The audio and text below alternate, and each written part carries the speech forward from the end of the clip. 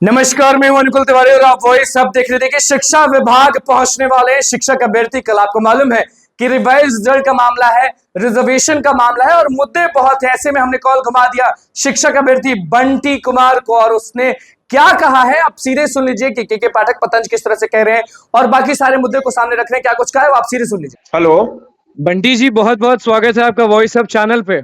अनुकुल भाई, आपके पूरे टीम को और आपके पूरे आपके जो साथी हैं उन सारे साथियों को बंटी कुमार STET 19 का बहुत बहुत धन्यवाद। आज बहुत दिनों के बाद मुझे लगता है कि आप मुझे रिकॉल किए हैं और मैं आपके चैनल पे आया हूं इस लेके क्योंकि जो चीजें हैं जी बिहार सरकार में और उन आप तो सारे समझ गए मैटर होंगे पे। कि हमने क्यों फोन घुमाया है आपको।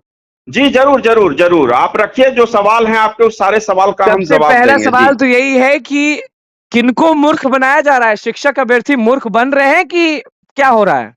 देखिए, जो सरकार की स्थिति है और बिहार सरकार जिस तरह से T1 T2 का जो एक खेल खेल रही है, इस बात को समझिए। वह T3 को लेके, अभी जो T3 को लेके जिस तरह से पहले तो एग्जामिनेशन का ये पैटर्न जारी करते हैं और उसके बाद धांधली सेटिंग करवा के अदर राज्य में जाके पूरा क्वेश्चन को पढ़वाया गया और पूरी तरह से कहीं ना कहीं EOU ने जिस तरह से छापा मारा, पूरा छापा में पूरा रैकेट का उजागर हुआ। वो किसी से छुपा हुआ नहीं कि TRE 1 हो TRE 2 में जो अतुल प्रसाद जो बोलते थे सफेद पोश होके, जिस तरह से बोलते थे कि हम बहाली बहुत अच्छे तरीके से किए हैं, चांद पर हम जमीन खरीदवा दिए हैं।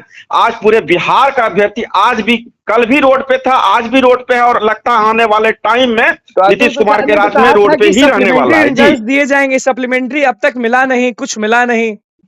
देखिए, सप्लीमेंट्री की जहां तक बात है, TRE 1 में सप्लीमेंट्री जरूर दिया गया और सप्लीमेंट्री भी वो सिर्फ खाना पूर्ति दिया गया और खाना पूर्ति इसलिए दिया गया कि सरकार को पता था कि ये बहाली को हमको किसी तरह से लंबा लेके जाना है और इलेक्शन में इसको भुनाना भी है और चुनाव में किसी न किसी तरीके से, चाहे वो देख लीजिए RJD जब इनके साथ अलायंस में थी तो उस समय भी ये लोग बोलते थे कि हमने नौकरी दिया बड़े पैमाने पे पाली की। तेजस्वी जी के सभा में आपने देखा होगा कि 40 लोकसभा क्षेत्र में जा जाके इन्होंने यही बात रखा कि हमने 5 लाख बहाली दे दिया। मैं पूछना चाहता हूं कि बिहार में 17 महीने में मात्र 5 लाख बहाली कैसे हुआ? शिक्षा विभाग में ही मात्र 1,70,000 बहाली थी जिसमें 6 to 8 का सीट भी नहीं था, उसमें मात्र 1,20,000 जिसमें 90,000 की बहाली हुई और TRE 2 में जहां 1,20,000 की बहाली थी तो मात्र उसमें 80,000 की बहाली हुई। तो ये तो गुमराह कर रहे हैं और बिहार के अभ्यर्थियों के साथ तो ये दोनों पार्टी, खास करके जदयू भी। शिक्षक अभ्यर्थी को कौन गुमराह कर रहा है बंटी जी? देखिए, निश्चित तौर पर नीतीश कुमार की जो स्टैंड है, नीतीश कुमार की जो रणनीति है, नीतीश कुमार के जो अधिकारी हैं, इन्होंने जो भी बैठाया, चाहे BPSC में वो अधिकारी हो चाहे शिक्षा विभाग में अधिकारी,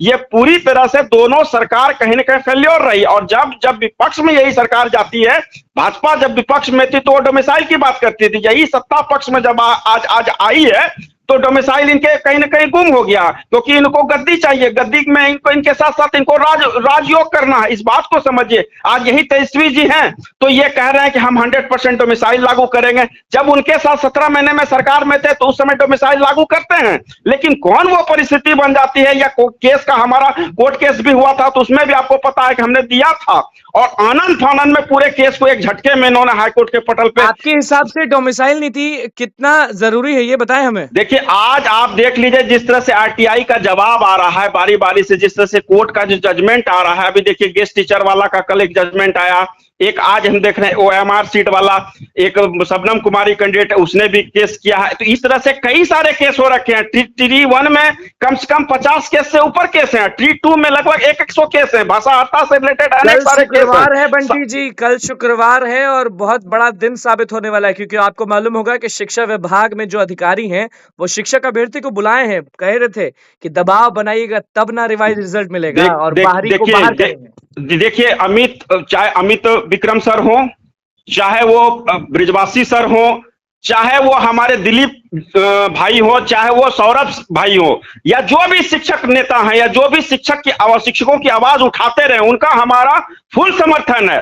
चाहे वो धांधली सेटिंग से रिलेटेड मामला हो, चाहे बिहार के अभ्यर्थियों का हक मारी की बात हो। आज देखिए फर्जी तरीके से डोमिसाइल बना के बिहार के अभ्यर्थियों का हक को मारा गया, दिव्यांग अभ्यर्थियों का जो हक अधिकार था उसको मारा गया। आज 60% अदर स्टेट वाले को इन्होंने बहाल कर दिया। कैसे बहाल कर दिया? पूरा का पूरा ट्री 1 और ट्री 2 जिस तरह से बहाली हुई, देखिए जो जेन्युइन है उस पर हमारा कहीं कोई दिक्कत नहीं, लेकिन जो गलत तरीके से, जो फर्जी तरीके से बहाल हुए, जो गलत तरीके से डोमिसाइल बना के बहाल हुए, शिक्षक अभ्यर्थी सहेंगे।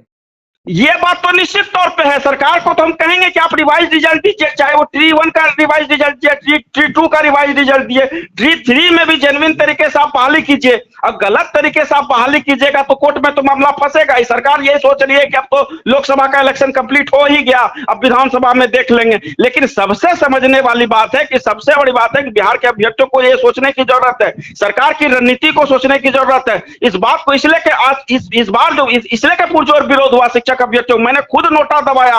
बिहार में भागलपुर जिले से मैं आता हूं, यहाँ पे अजीत शर्मा थे कांग्रेस से और एनडीए प्रत्याशी थे अजय मंडल, दोनों के दोनों पार्टी को हम लोगों ने बाइकआउट किया और नोटा हमने दबाया। एक बात को समझ लीजिए और इस बात को भी समझिए, कल जो मीटिंग, नोटा क्यों दबा दिया? कोई नेता पसंद नहीं आया क्या? क्यों हम वोट डाले? आज यही अजीत शर्मा को हमने कितना ज्ञापन लगाया होगा विधानसभा के पटल पे, हमने बोला कि स्टेट 19 के साथ इंसाफ कीजिए। आज 4 साल अभ्यर्थी इस उम्मीद में था कि उसकी नौकरी होगी। आज यही बिहार सरकार ने जिस तरह से प्रेस कॉन्फ्रेंस करके नौकरी सुनिश्चित करके आज हमारे कई सारे ऐसे अभ्यर्थी जिसका एज बाउंड्री लाइन क्रॉस कर गया। आज आप पिछले दिनों एक लड़के का इंटरव्यू लिए थे जो रफीउद्दीन, आज दुबई में मजदूरी कर रहा है। आज हमारे कई सारे, एक दीपक मिश्रा थे हम लोग के साथ में, वो ट्विटर कैंपेन में सक्रिय, उनका एज एक्सपायर हो गया। आज हमारे अमोद किनवार हैं जो 1 महीना 10 दिन सलाखों में रहे। आज खुर्शीद आलम अररिया के, उनको 1 महीना 10 दिन सलाखों के पीछे रखा।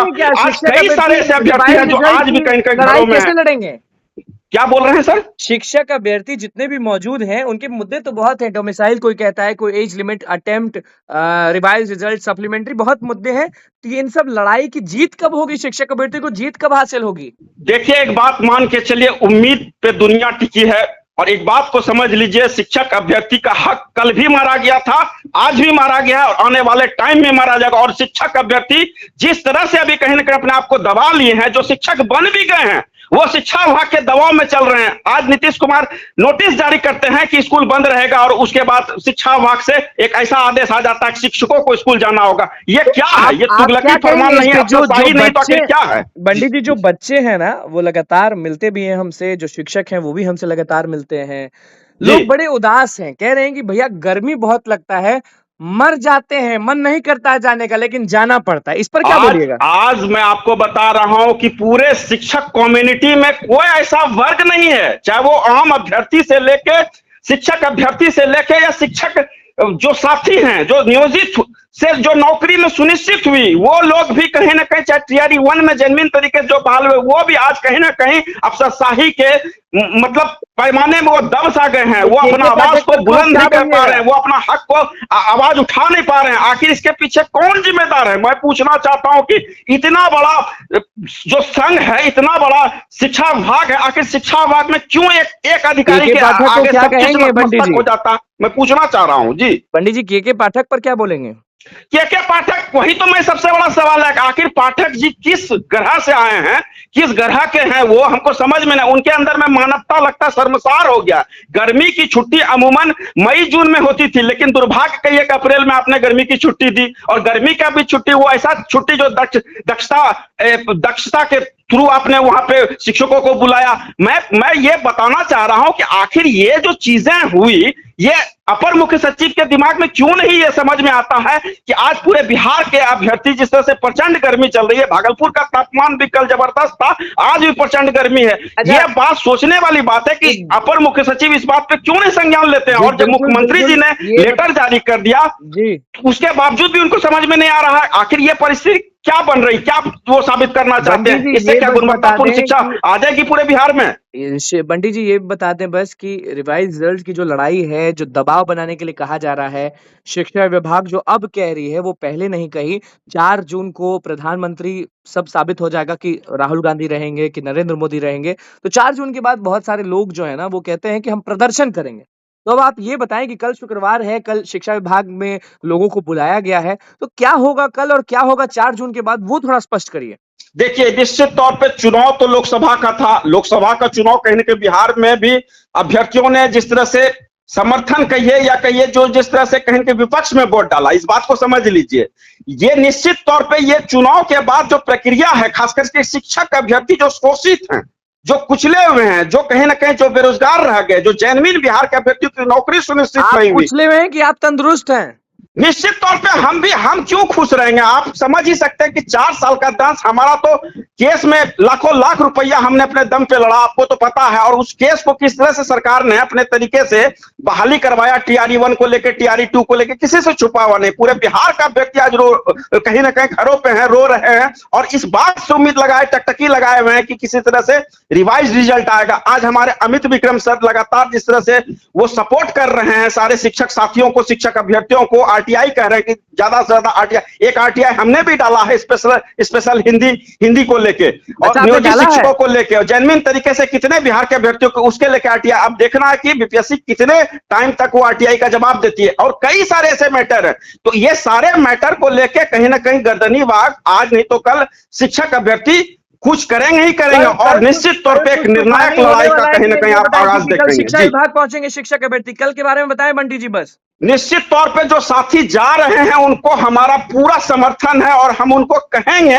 कि जो भी मैटर है to cut down to point, सारा मैटर को रखने की जरूरत है। दिव्यांग जो 43 अभ्यर्थियों की नौकरी जिसमें 35 अदर स्टेट को दिया गया, आखिर वो किस ताक पे रख के दिया गया? जिस तरह से महिलाओं का 17,000 में 10,000 अदर स्टेट की महिलाओं को दिया गया, वो मैं पूछना चाहता हूं वो किस आधार पे उन्होंने दिया? पुरुष में जहां 10,000 में 7,000 ही मात्र अभ्यर्थी हुए, जिसमें से 3,000 बिहार के अभ्यर्थियों की नौकरी हुई, आखिर वो किस आधार पे उन्होंने दिया? ये सारे ऐसे मैटर हैं, बहुत सारे ऐसे मैटर, बहुत सारे ऑन द केस हैं, इस बात को समझिए। और कभी भी कोई भी केस का जजमेंट कभी भी ये टीआरई 1 को कहीं ना कहीं प्रभावित कर सकता है, टीआरई 2 को प्रभावित कर सकता है, ये बात को समझने की जरूरत है। और टीआरई 3 का जहां तक बात है, वो जजमेंट भी कहीं ना कहीं प्रभावित किया, इस बात को समझिए अनुकूल जी। और जो लोग जा रहे हैं कल शिक्षा विभाग में, उन सारे अभ्यर्थियों को हमारी पूरी सपोर्ट है, पूरा उनको शुभकामना है कि अच्छे से अपनी बात को रखिए और सारी चीजों को परत दर परत मैटर को उनको रखना है, ताकि सरकार पे हम लोग जितना हो सके एक सही तरीके से रिवाइज रिजल्ट देने के लिए सरकार तक प्रेरित हो और जेन्युइन जो अभ्यर्थी हैं, बिहार के अभ्यर्थी, उनकी नौकरी सुनिश्चित हो सके। जी बिल्कुल बिल्कुल बंटी जी, आपसे फिर वार्तालाप होगी, फिर बातचीत होगी। पटना आप जब पहुंचेंगे तो आपसे मुलाकात भी होगी। अब देखना है कि हक में बात कब होती है। बहुत बहुत शुक्रिया बंटी जी आपका। जी धन्यवाद। तो आपने सुन लिया शिक्षक अभ्यर्थी का दर्द, शिक्षक अभ्यर्थी का गुस्सा। अब बात क्या होगी कल शिक्षा विभाग में, वो भी हम आपको बताएंगे, लेकिन फिलहाल बस इतना ही कि अब देखना होगा कि कल हक में बात आती है या नहीं आती है। फिलहाल बस इतना ही, शिक्षक अभ्यर्थी ने जो कहा वो आपने सुन लिया। अब देखना होगा कि कल क्या होता है। तो बस हमारे चैनल को सब्सक्राइब करें, लाइक करें। धन्यवाद।